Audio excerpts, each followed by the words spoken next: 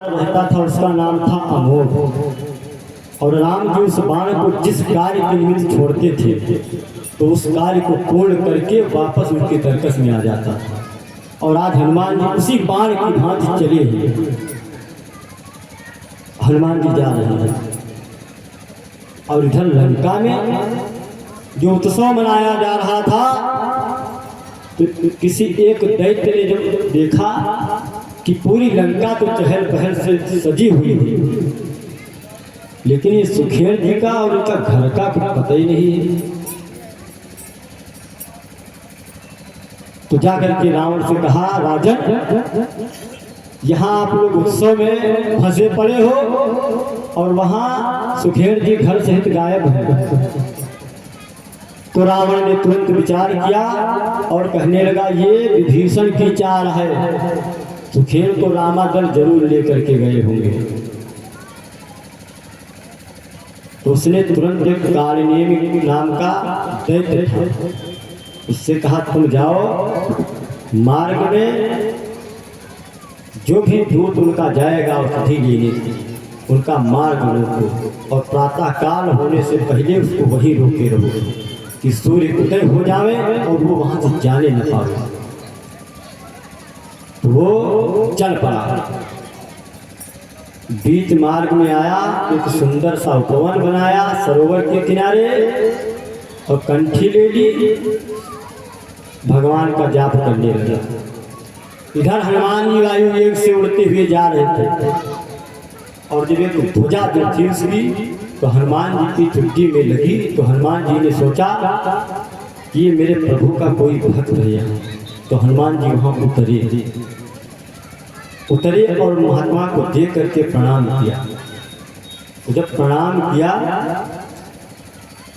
तो जो महात्मा बने बैठे हैं तो जब देखें तो तुरंत अपने आप से कहेंगे, हनुमान। और जैसे ही उसने कहा हनुमान, तो हनुमान जी एकदम चौंक पड़े कि पहली बार हमारा इनका आमना सामना हो रहा है और इसको मेरा नाम कैसे पता है। तो पूछा हनुमान जी ने कि हे महात्मा, आपको मेरा नाम कैसे पता। तो महात्मा जी कहने लगे, मुझको तो ये भी पता है तुम किस लिए आए हो, कहाँ जा रहे हो। तब हनुमान जी को और अचरज हुआ। तो हनुमान जी से उसने एक बात कही, हनुमान, होति महारण रावण राम ही। देखिए होली उसके मुख से निकल रही है, होति महारण रावण राम ही और जिति है राम न संशय राम ही, जिति है राम न संशय राम ही।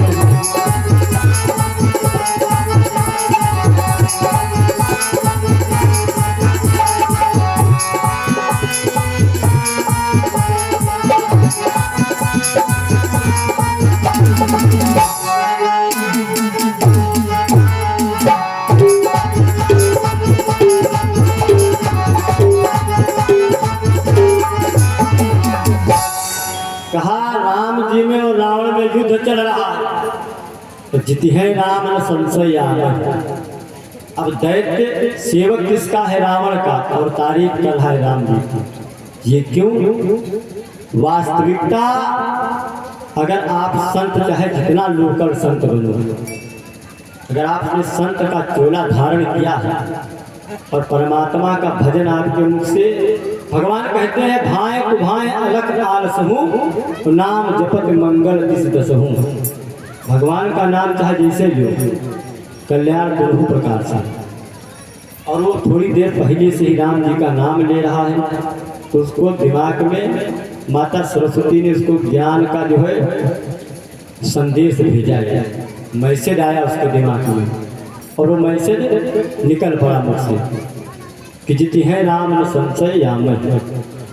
हनुमान जी ने सोचा पक्का महात्मा है, इससे थोड़ी देर वार्ता करनी चाहिए, सत्संग करना चाहिए। तो हनुमान जी ने कहा बहुत प्यास लगी है। तो जैसे ही कहा बहुत प्यास लगी, बस उसने कमंडल उठा के इनको दे दिया। तो हनुमान जी ने विचार किया कि ये मार्ग का महात्मा है, ऐसे ही जो भी आता होगा जल मांगता होगा पीने के लिए तो कमंडल दे देता होगा। तो इस कमंडल का जल पीने वाला है नहीं, तो बहाना बताया। हनुमान जी कहने लगे अत्ते जल में हमारा काम न चलिए। तो उसने कहा पास में सरोवर है, जाकर के वहाँ जलपान कर लो, फिर आओ मैं तुमको गुरु दीक्षा दूंगा। हनुमान जी गए सरोवर में, जैसे ही प्रवेश किए तो सर पैठत मकरी गहा। जैसे ही हनुमान जी ने पांव अपने डुबोए, बस एक मगरमच्छ आया और इनके पैरों को पकड़ लिया। मकरी वहाँ पर जो है मकरी आई, उसने जैसे ही पैर पकड़ा, हनुमान जी बाहर को खींच रहे हैं और वो अंदर को। हनुमान जी कुछ देर प्रयास किए, फिर लिया भगवान का नाम और दूसरे चरण से प्रहार किया। जैसे ही प्रहार किया, बस उस मकड़ी का परिवर्तन हुआ और वो एक सुंदर स्त्री बनकर के तैयार हुई। कहने लगी हनुमान, जिसको आशीर्वाद देना चाहिए तुम उस पर प्रहार कर रहे हो, और जो मार्ग का कंटक बना बैठा है उससे तुम दीक्षा लेने जा रहे हो, सत्संग करने जा रहे हो। अरे मुनि न होए वह निश्चर घोरा, मुनि न होए वह निश्चर घोरा, मानहु सत्य वचन कपि मोरा, मानहु सत्य वचन कपि मोरा, मानहु सत्य वचन कपि मोरा।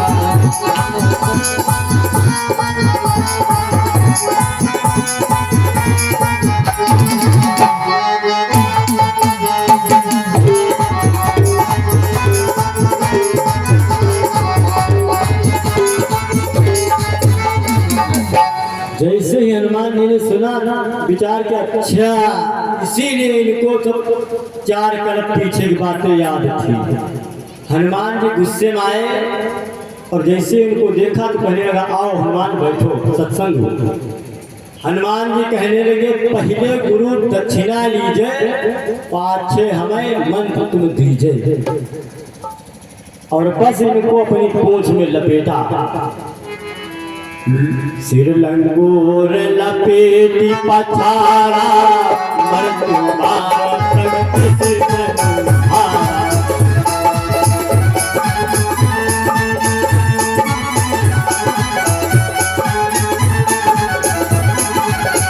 सिर लंगोर लपेटी पछाड़ा, भगत सिमरती तारा।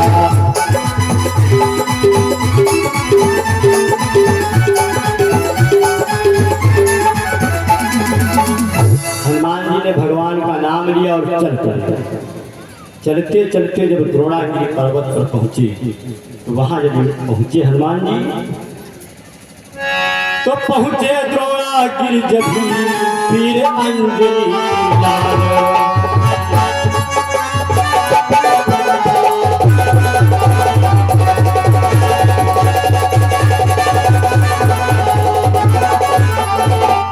पहुंचे द्रोणागिरी जभी वीर अंजनी लाल, देखा सारी खूंटियां बनी हुई है ज्वाल।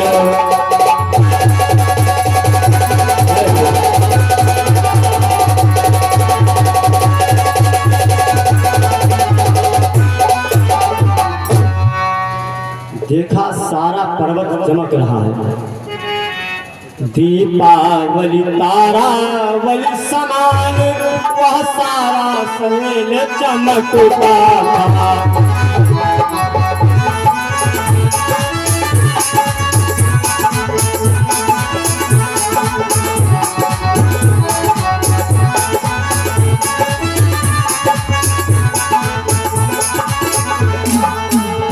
दीपावली तारावली समान,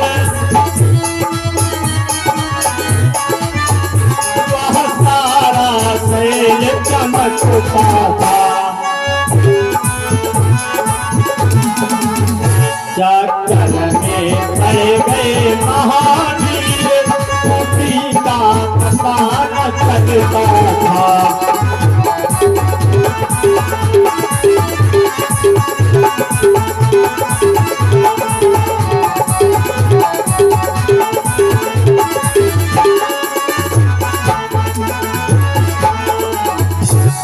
हनुमान जी जब देखे सब शहर चमक रहा एक समान, और यहाँ पर भी रावण ने एक माया की थी, अपने दूतों को भिजवाया था कि जाकर के पूरे शैल को एक ही रंग में रंग दो, जिससे हनुमान जी ढूंढने में उनको कठिनाई आ गई। लेकिन उनको ये थोड़ा पता था कि जो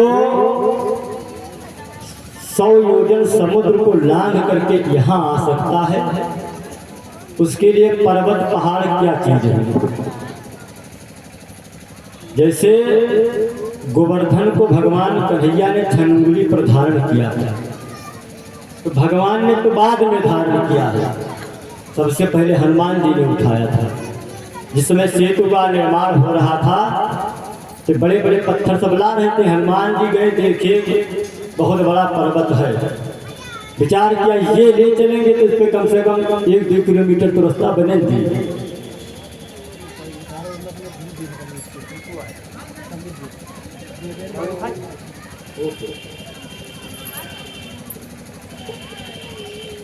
हनुमान जी के विषय में उसको ज्ञात तो था नहीं कि वो बुद्धिमान, चतुर और ज्ञानी है।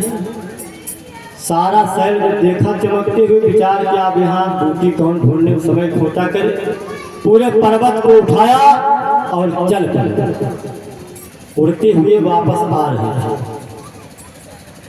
मार्ग में जब हनुमान जी पहुंचे तो इनको थोड़ा सा अभिमान आ गया है। अभिमान जो व्यक्ति में जब जब अभिमान आता है तो मनुष्य पतन की ओर जाता है। हनुमान जी के मन में थोड़ा सा अभिमान आया कि अगर आज हम पहुँचे ना तो लक्ष्मण जी का कोई बचाव वाला है ही नहीं। यही विचार उनके मन में चल रहा था। तब तक अयोध्या पर जब गुजरे हनुमान जी निकले तो भैया भरत जी यज्ञ कर रहे थे, शांति यज्ञ।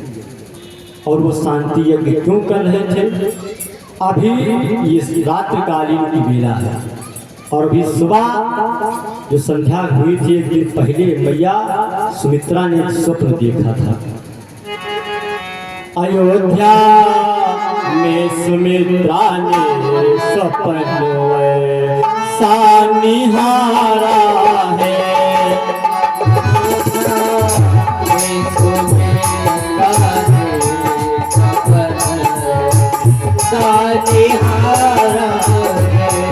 अयोध्या में सुमित्रा ने स्वप्न सा निहारा है।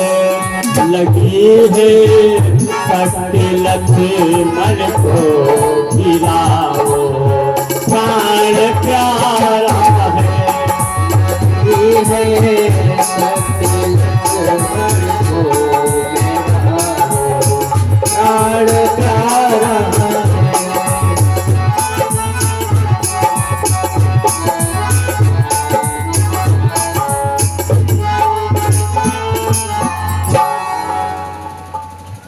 स्वप्न देखा है मैया सुमित्रा ने कि लक्ष्मण जी को शक्ति लग गई है।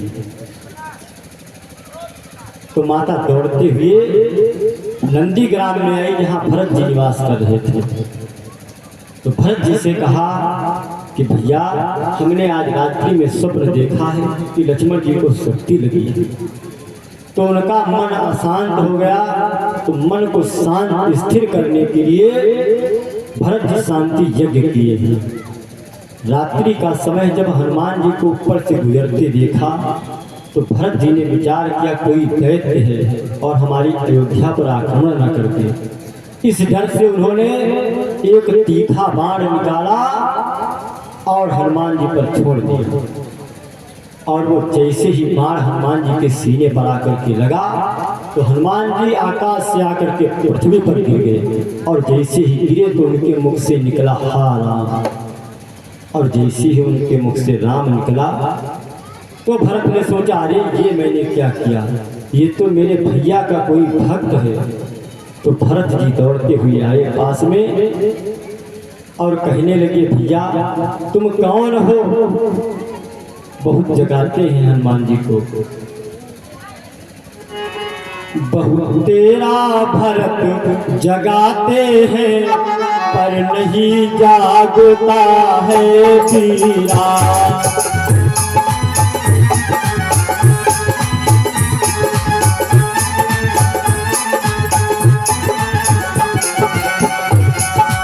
तेरा भरत जगाते हैं पर नहीं जागता है पीरा।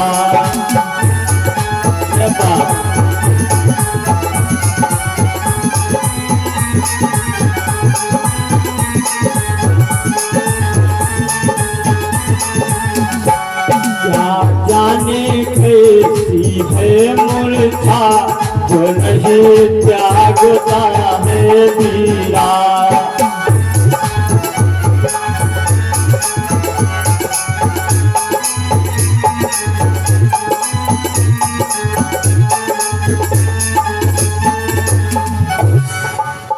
भरत जी अंत में रोने लगे और कहने लगे, मेरा वास्तविक और हृदय नगर निष्ठल निष्कपट है और मैं भैया के श्री चरणों के अनुराग के अतिरिक्त और कुछ भी कभी मैंने न चाहा हो।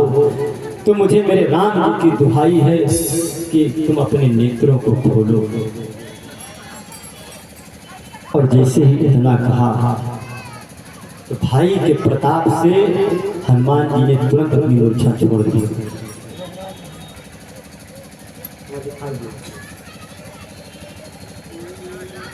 और मूर्छा जब त्याग दी तो हनुमान जी ने सारी घटना कह सुनाई। तो भरत जी ने कहा, हनुमान तुम मेरे इस अमोघ बाण पर बैठो और मैं तुमको अभी रामाजन को भेज दूंगा। तो हनुमान जी कहने लगे, भैया मुझको इसकी चाह नहीं, मेरे प्रभु से बढ़कर के संसार में कोई है नहीं। और मेरे प्रभु यहाँ तक ले आए, बीच में मूर्छाई तो फिर उन्हीं के प्रताप से मैं जागा हूँ और उन्हीं की प्रताप, उन्हीं की शक्ति मुझको वहाँ तक ले जाएगी। हनुमान जी ने भरत जी को प्रणाम किया और पुनः राम जी का नाम लेते हुए रामादल की ओर चल पड़े। अब बीच मार्ग में जब हनुमान जी पहुंचे तो इधर सूर्य देव की कुछ लालिमा दिखाई पड़ी।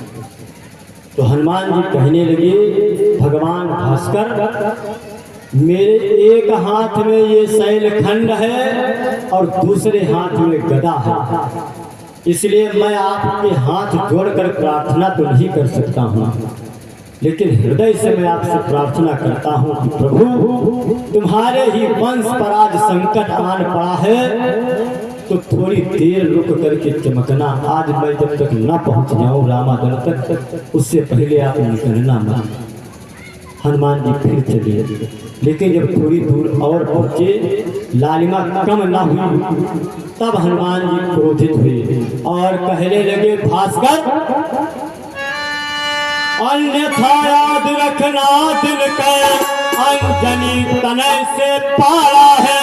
बचपन से समझ रहे हो तुम हनुमत कितना मत वाला है।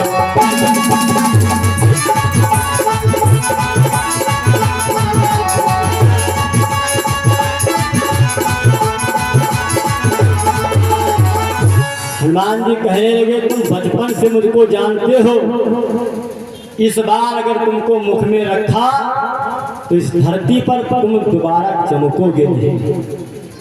और जब हनुमान जी की ये फटकार गई तो सूर्य देव आगे जा रहे थे, पुनः पीछे वापस हो लिए। अब हनुमान जी चल पड़े और इधर भैया राघवेंद्र सरकार लक्ष्मण जी के शरीर को अपने अंक में लिए रुदन कर रहे थे। और भगवान कहते हैं, तेरे कहाँ पे लागो बाण बतलाए दिए लक्ष्मण भैया। तेरे कहाँ पे लागो बाण बतलाए दिए लक्ष्मण भैया। तेरे कहाँ पे लागो बाण बतलाए दिए लक्ष्मण भैया। तेरे कहाँ पे लागो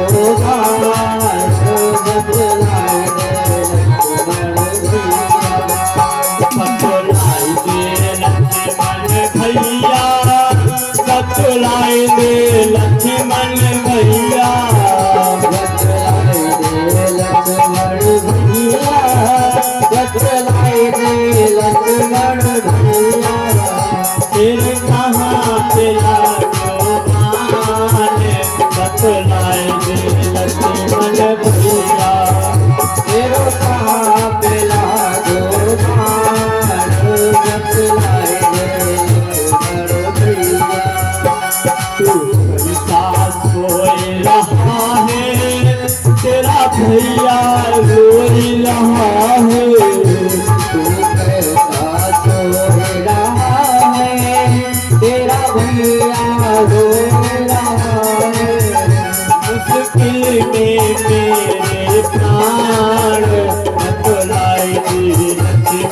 भैया मुश्किल में मेरे भाग बतलाए लक्ष्मण भैया।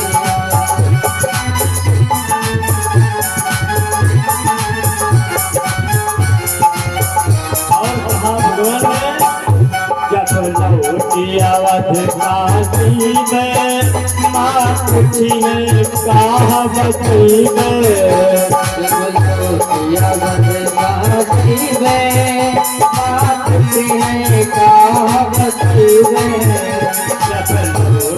अवध घर की में माँ पूछी है कहा बची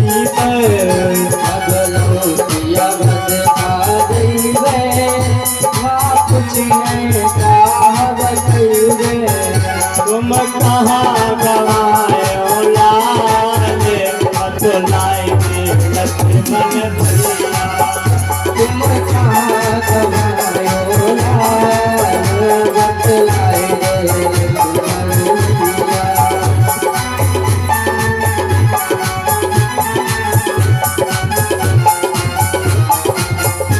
इधर भगवान गुजर कर और भगवान कहते हैं कि जो जनत्यो बन बंध बिछोहू तो पिता वचन मन त्यो नहीं होहू।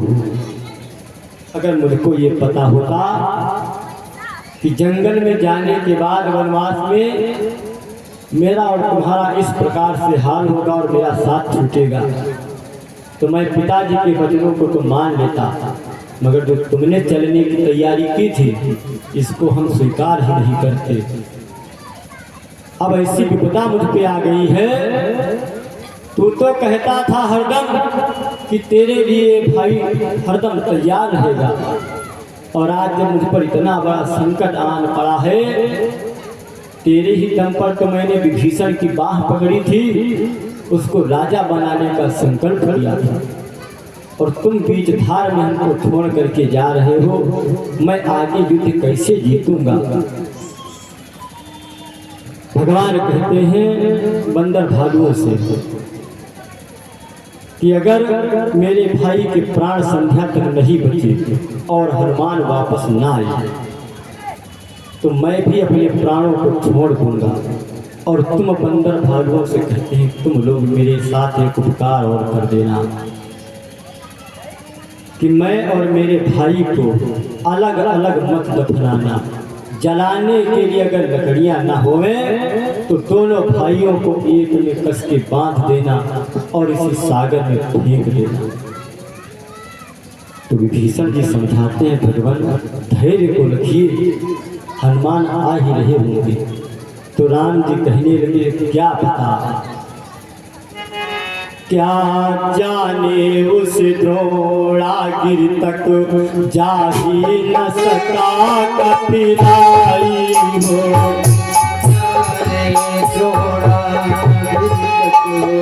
जा ही न सका कपिराई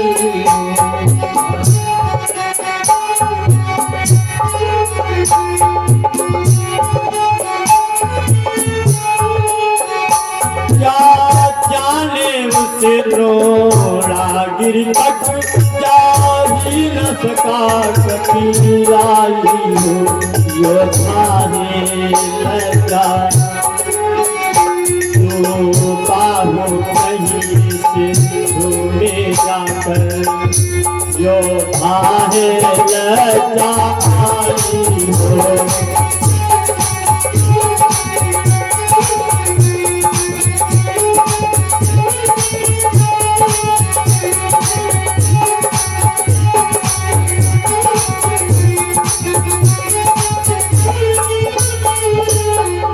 राम जी कहने लगे वो योद्धा है, वीर है, हो सकता है द्रोणागिरि ना पहुंच पाया, योद्धा है, शर्म के मारे वापस ही ना आए, कहीं डूब गया हो जाकर के खारी समुद्र में।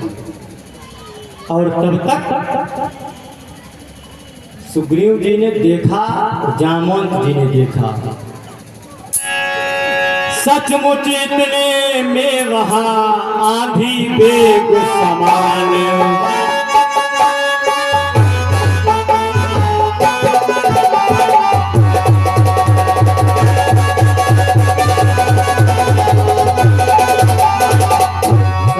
इतने में वहाँ आंधी बेगुमान रामादल में आ गए पीर अनूप हनुमान।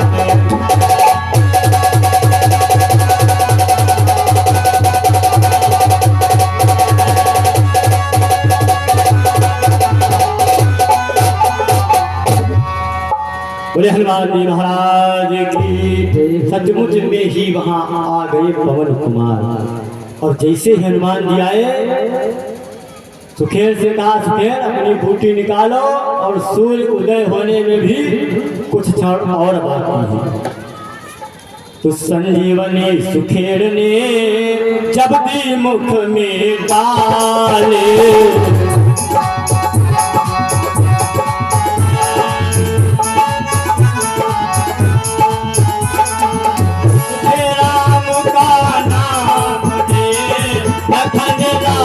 तत्काल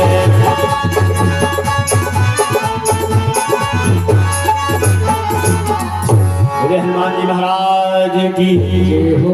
अब चारों तरफ हनुमान जी की जय जयकार होने लगी, राघवेंद्र सरकार की जय जयकार होने लगी। लखन जी मूर्छा से जाके अब थोड़ा चरित्र और आगे सुनिए, बस आरती को साथ। इधर लखन जी जब मूर्छा से जगी तो लंका में सूचना पहुंच गई। रावण ने जब ये सुना गए लखन जी जाग, तो बोला लंका वालों के अब सोए हैं भाग। कहने लगा रावण, अगर अब ब्रह्म शक्ति निरर्थक हो चुकी है उन तपसी बच्चों के आगे, तो अब विजय श्री पाना बड़ा मुश्किल हो जाएगा। तो रावण तुरंत महल को गया और कुंभकर्ण को जगाया। कुंभकर्ण को ललकार लगाते हुए कहने लगा, दुष्ट कुंभकर्ण, ऐसा सोना भी सोना क्या जो जीवन जाए खाटों पर, कट जाए पहन के लाख कान, तुम परे न हो खरगाटों पर।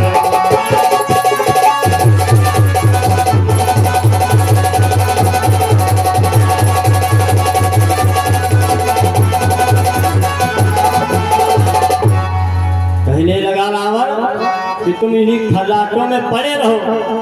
शूर्पणखा की नाक कान दो तपस्वियों ने काटी है, खरदूषण तीसरा का वध किया है, अक्षय कुमार मारे गए और लंका जलाई जा चुकी है। अंदर भालुओं सहित राम जी ने मेरी लंका पर चढ़ाई कर दी। तो कुंभकर्ण कहने लगा, भैया इतना सब कुछ हो गया, इसके पीछे कारण क्या है? तो रावण कहने लगा, उन दोनों तपस्वियों ने मेरी बहन शूर्पणखा की नाक और कान काटे थे। इसके प्रतिशोध में मैंने उनकी नारी का हरण कर लिया, उसके साथ उसका हरण करके इस प्रतिशोध का मैंने उत्तर दिया है। तो कुंभकर्ण कहने लगा, भैया जिस समय उन्होंने शूर्पणखा की नाक और कान काटे थे तब हमको आते और जगाते, तब मैं आपको बताता कि प्रतिशोध कैसे लिया जाएगा। और तुमने साक्षात जगदम्बा का हरण कर लिया, ये तो अन्याय है। और कह रहे हो कि शूर्पणखा के नाक कान काटे, तो ये बात कुछ पच नहीं रही है। क्यों गई वहां शूर्पणखा बहन, क्या काम वहां था जाने का।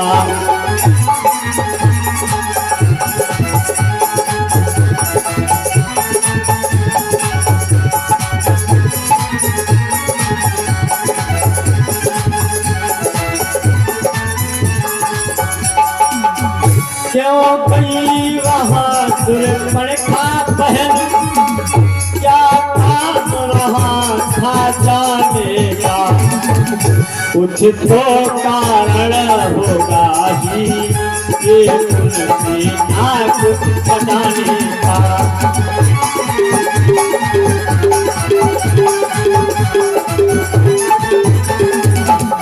कुंभकर्ण कहने लगा भैया ये इतना बड़ा अपराध तुमने जो किया है,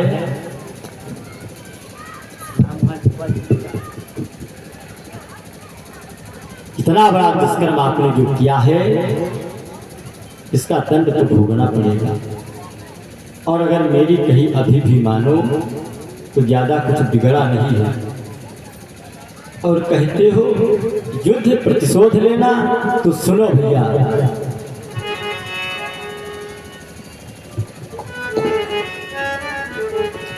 इस बेमतलब के झगड़े से लंका की सत्यानाशी है।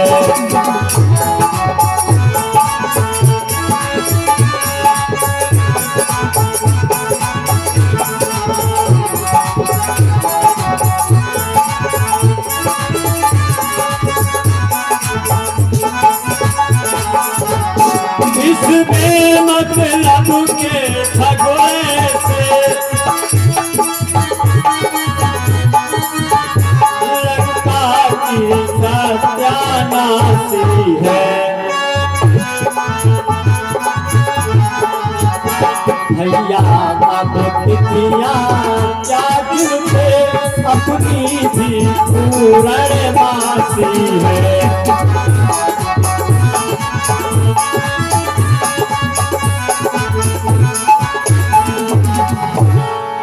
बहुत समझाया कि अब तिथियां गिनने से कोई मतलब नहीं है, अपने जीवन की तो पूर्णमासी आ चुकी है, युद्ध करना ठीक नहीं।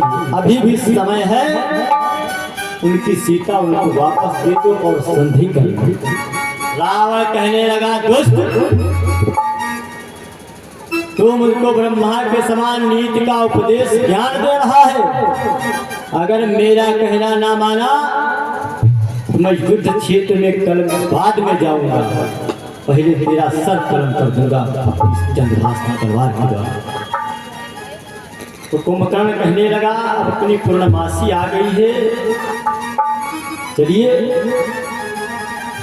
विचार किया मन में, इस दुष्ट के हाथों मरने से अच्छा है कि परमात्मा के हाथों मेरी स्वीकृति।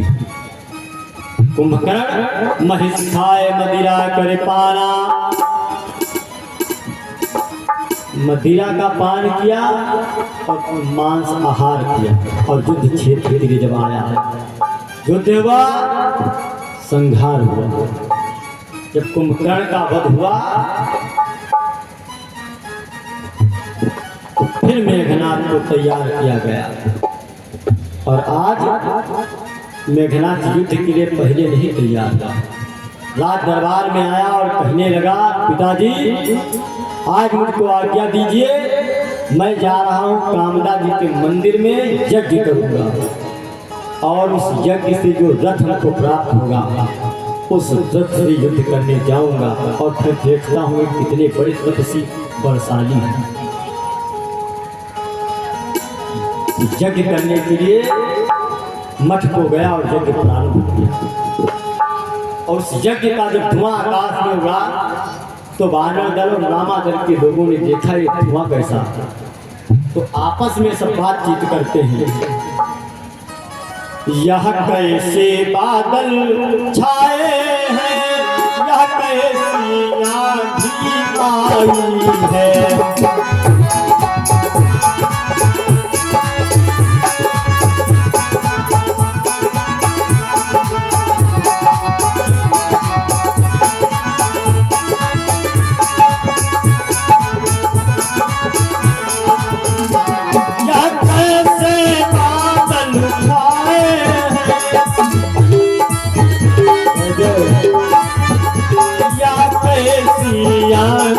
आई है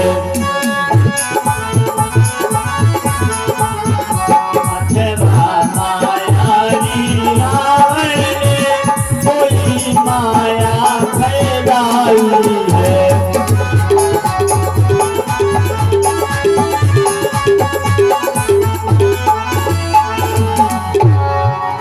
तो विभीषण जी आगे बढ़े और कहने लगे प्रभु ये कोई माया नहीं है, जो रावण का पुत्र मेघनाथ है वो साधु है, तपस्वी है, और आज वो मठ में गया है यज्ञ करने के लिए, और उस यज्ञ से जो दिव्य रथ प्राप्त होगा उससे युद्ध करने के लिए आएगा। तो प्रभु किसी प्रकार से इसका यज्ञ जो है विध्वंस कर दो, वरना इसको युद्ध में पराजित करना असंभव हो जाएगा। बस लक्ष्मण जी ने कुछ बंदर भालुओं को लिया साथ में और चढ़ाई कर दी और गए उसके यज्ञ को विध्वंस करने लगे। तो मेघनाथ तुरंत धनुष उठाया उसने और लक्ष्मण जी को ललकार लगाई, कहने लगा उस बार भाग्य ने बचा लिया, इस बार न बचने पाएगा।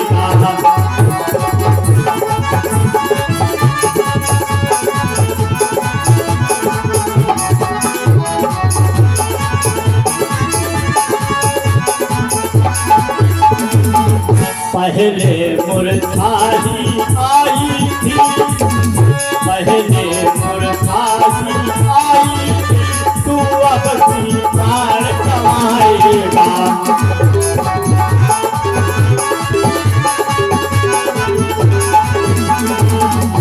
कहा उस बार तुम्हारे भाग्य ने बचा लिया था, इस बार जब मैं शस्त्र उठाऊंगा तो तुमको बचाने के लिए विधाता भी नहीं आएंगे।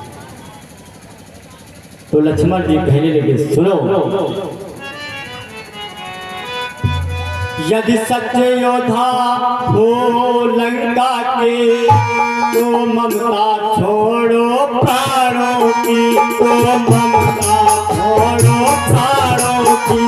जो समझो वर्षा होती है, जो समझो वर्षा होती है नंदन के पारों की।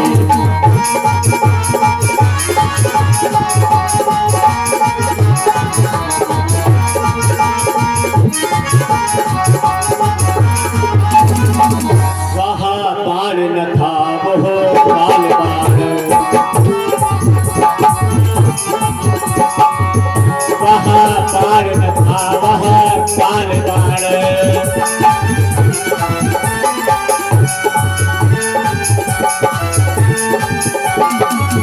वहाँ बाण न था वहाँ बाल बाण, पल भर में सायंकाल किया।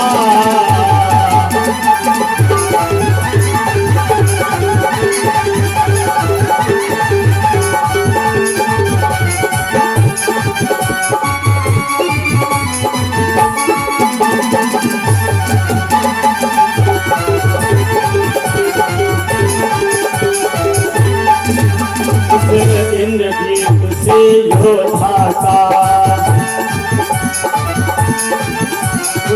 इंद्रजीत से योद्धा का, जल कर हृदय तत्काल किया।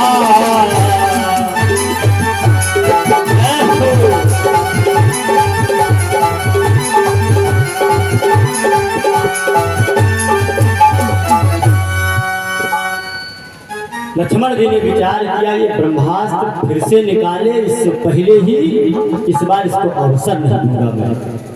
और लक्ष्मण जी ने तीखा प्रचंड बाण जैसे मेघनाथ को चलाया, उसके हृदय को जर्जरित कर दिया उस बाण ने।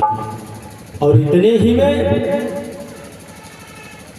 ही में दूसरा बाण लक्ष्मण के कर से फिसल गया, जो उसकी दाई भुजा का आकाश मार्ग से निकल गया। शीश को काटा, भुजा लंका को पहुंचाई गई और सिर लक्ष्मण जी लेकर के रामादल को वापस आए। आज का युद्ध यहीं पर समाप्त हुआ। अब लंका में हाहाकार मची कि इंद्रजीत योद्धा जिसका सिर लंका वालों के माथों पर रहता था, आज वो रामादल में बंदर भालुओं के हाथों पर है। समय का फेर है यारों, समय की बात होती है और समय से दिन निकलता है, समय से रात। और इधर आज जो सुलोचना है, इस मेघनाथ की जो पत्नी है, ये एक माला तैयार कर रही है कि मेरे सैया अभी यज्ञ करके आएंगे और युद्ध के लिए जाएंगे। और श्रृंगार करके बैठी थी, तब तक अपशगुन होने प्रारंभ हुए। पहला अपशगुन हुआ क्या? साड़ी ने मांग बिगाड़ी है,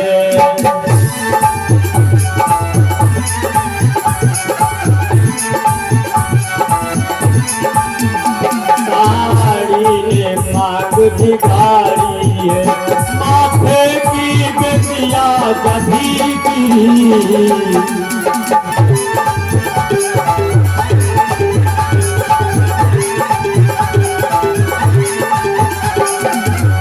सर प्रीत वज्र समान भुजा,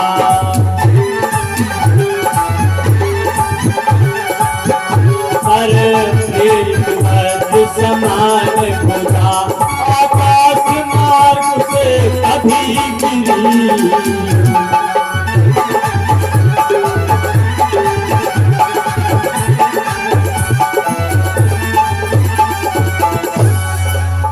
साड़ी ने मांग बिगाड़ी है, माथे की बिंदिया जभी गिरी, और सर प्रीत वज्र समान भुजा, आकाश मार्ग से कभी गिरी।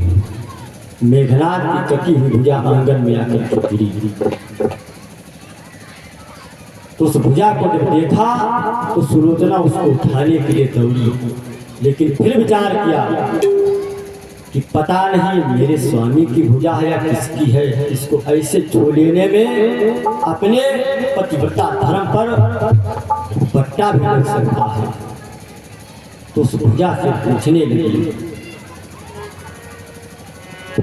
कहे कर गए थे सैया मैं यज्ञ करने जाऊं, जपात में प्राण प्यारी मैं योद्ध में जाऊं।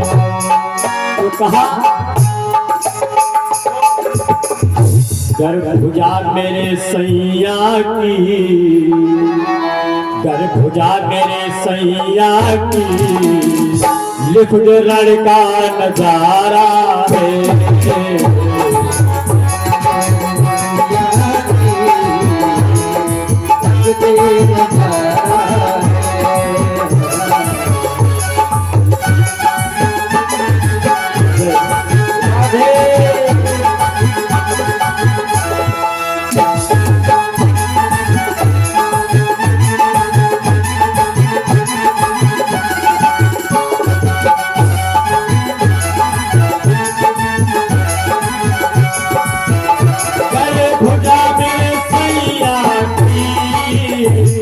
लड़का नजारा है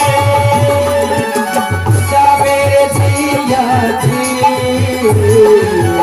ये नजारा है भुजा मेरे सैया की, लिख दे नजारा है, लिख दे नजारा। कैसे हो तुम स्वामी, कैसे हो तुम स्वामी, हाल क्या तुम्हारा है,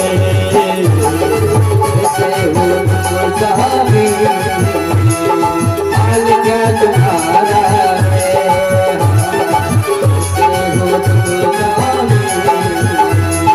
हाल क्या तुम्हारा।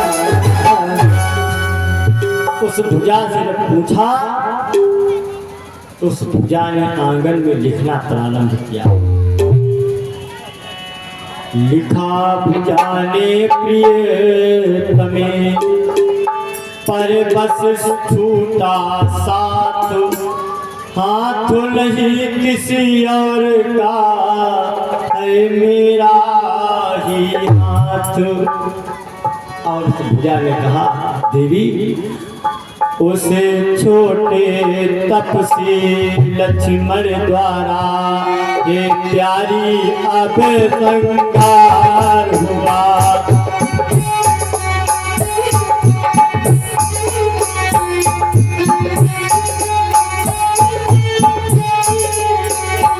उसे छोटे तपसी लक्ष्मण लाल के द्वारा ये संहार हुआ। इसे बैर भाव से मुक्ति मिली, इस लड़का क्षण उद्धार हुआ।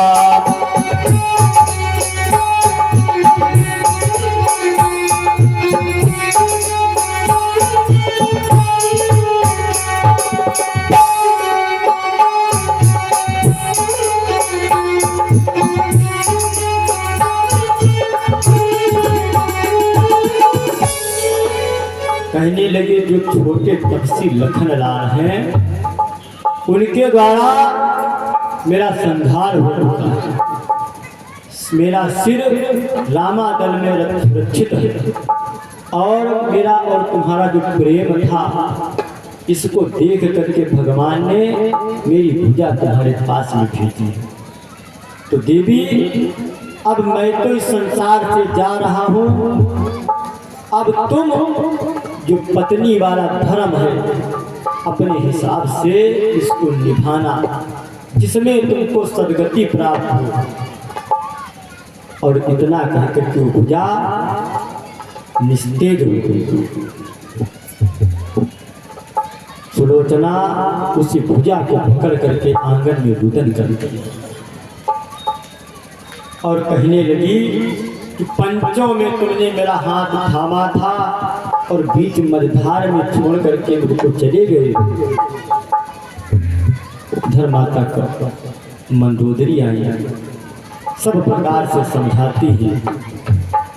माँ और बेटी, सास अर्थात सास और बहू दोनों रुदन कर रहे। तब तक उधर से रावण आ गया और जब उसने रोते हुए देखा तो कहने लगा कि तुम लोग कायर हो क्या? मेरा बेटा इंद्रजीत उसने सदगति प्राप्त की है, युद्ध में वीर गति को प्राप्त हुआ है और तुम रुदन करना बंद करो बेटी। मैं कल लंका के रण क्षेत्र में जाऊंगा और उन तपस्वियों के सिर काट करके तब लेके आऊंगा। सुलोचना कहने लगी मुझको लाखों शीश की आवश्यकता अब नहीं है, मेरे जो जीवन का तार था वो टूट चुका है। अब मैं आपसे इतना निवेदन करती हूँ पिताजी कि मेरे स्वामी का शीश मुझको दिलवा दीजिए। रावण कहने लगा मैं उनके आगे हाथ फैलाने जाऊं, ये रावण का दस्तूर नहीं है।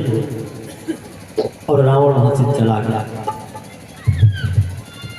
तो माता मंदोदरी से सुलोचना ने पूछा कि मैया वहाँ सब तो मुझसे बड़े हैं, मैंने कभी पराये पुरुष की परछाई अपने ऊपर नहीं पड़ने दी है और वहाँ पराये पुरुषों के बीच में मैं शीश को कैसे मांगने जाऊंगी।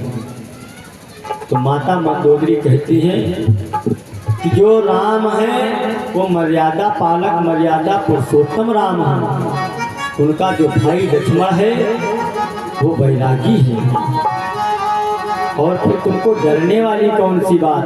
वहां मेरा पुत्र है, तुम्हारे ससुर जी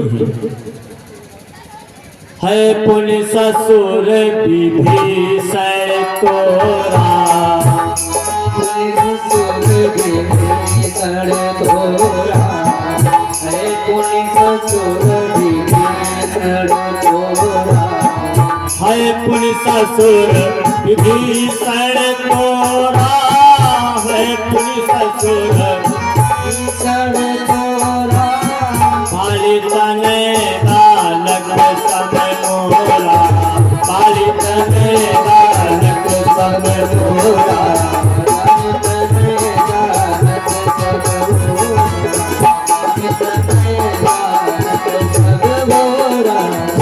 कहने लगी तुम्हारे ससुर जी हैं और मेरे पुत्र समान अंगद वहां पर है, तो तुम वहां लज्जा को छोड़ करके जाओ और राम से प्रार्थना करके अपने पति के शीश को ले आओ।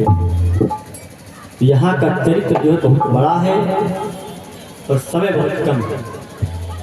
तो सुलोचना रामादल से चल करके रामादल को जब आई राम जी के पास में तो राम जी से निवेदन किया प्रभु मैं अपने पति का शीश लेने आई हूँ। तो राम जी ने एक परीक्षा भी दी थी उस शीश के द्वारा। परीक्षा लेने के उपरांत शीश को वापस दिया गया और सुलोचना उस शीश के साथ में सती हुई। तो यहाँ का जो प्रसंग है इसको हमने शॉर्ट कर दिया है बिल्कुल, क्योंकि टाइम हो गया है बिल्कुल आरती का और हमको भी आज जाना है शादी में। तो शाम काल की जो बेला है 7 बजे के समय से प्रारंभ होगी। तो सभी माताओं बहनों को और आप लोगों को हम आप सभी से निवेदन करें कि आप लोग भारी से भारी संख्या में आइएगा। भगवान राम जी का राज्याभिषेक होगा तो सब लोग सम्मिलित होइएगा। अंतिम बेला